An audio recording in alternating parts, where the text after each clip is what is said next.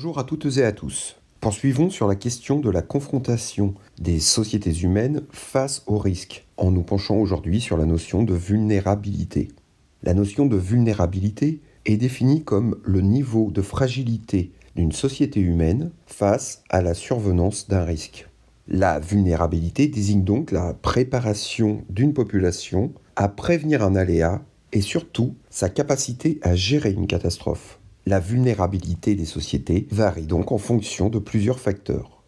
Premier facteur, le facteur démographique. Plus un territoire est densément peuplé, plus les populations sont vulnérables.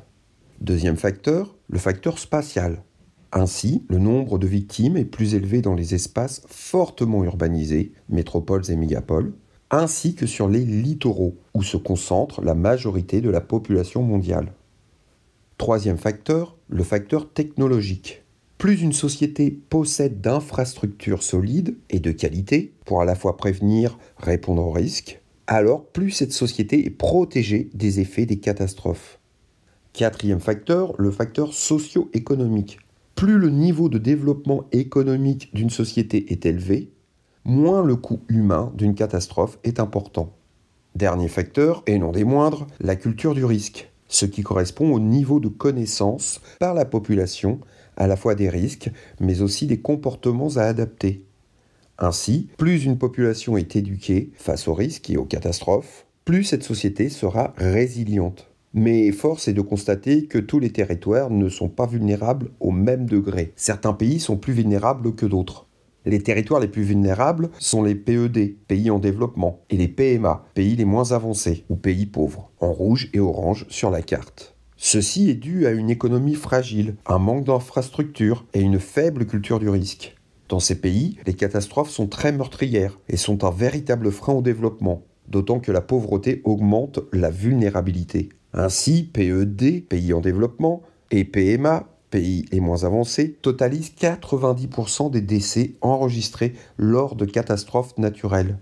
Pour exemple, 5 îles de l'archipel Salomon, au sud de l'océan Pacifique, ont été totalement rayées de la surface du globe dès 2017. Vous voyez ici les dernières images tournées avant leur disparition.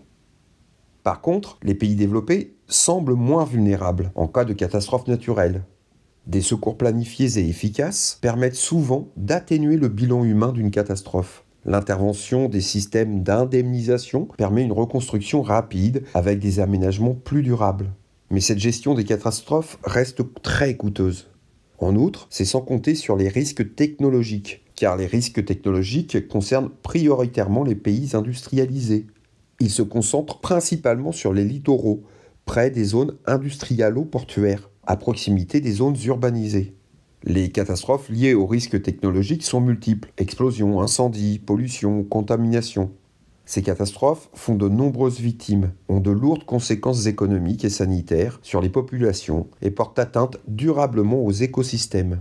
Si les risques technologiques sont potentiellement plus nombreux dans les pays industrialisés, le bilan humain est généralement beaucoup plus faible, car ces pays bénéficient de moyens et d'infrastructures modernes. Merci de votre écoute et beau soleil à vous!